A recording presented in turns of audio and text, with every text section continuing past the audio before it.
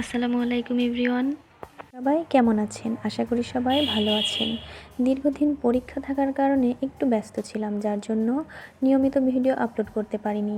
এখন থেকে চেষ্টা করব রোজ ভিডিও আপলোড করার এবং আপনাদের সাথে তা শেয়ার করা। আপনারা সবাই আমার পাশে থাকবেন এবং আমাকে সাপোর্ট করবেন। আজকে রান্না করতেছিলাম শীতকালীন সবজি দিয়ে একটু বোয়াল মাছের ঝোল, যেটা মাছটা আর কি একটু ভাঙা ভাঙা করে দেব যাতে খেতে একটু ভালো লাগে। সবজি দিয়ে মাছ রান্না এটা আমার পরিবারের সবাই খুব একটা পছন্দ করে না, যার জন্য আমি খুব কমই রান্না করা হয় সবজি দিয়ে মাছ।